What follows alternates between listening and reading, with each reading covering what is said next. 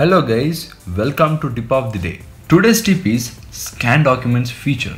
Let's go and check it out.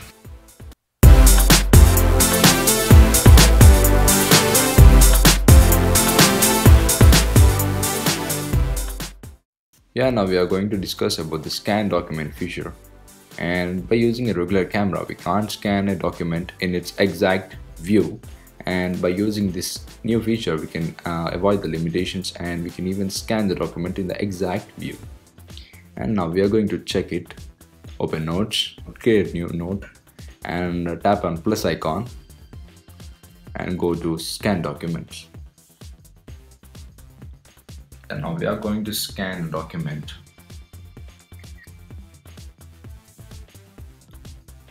The document is ready here. The document is ready here with an exact view.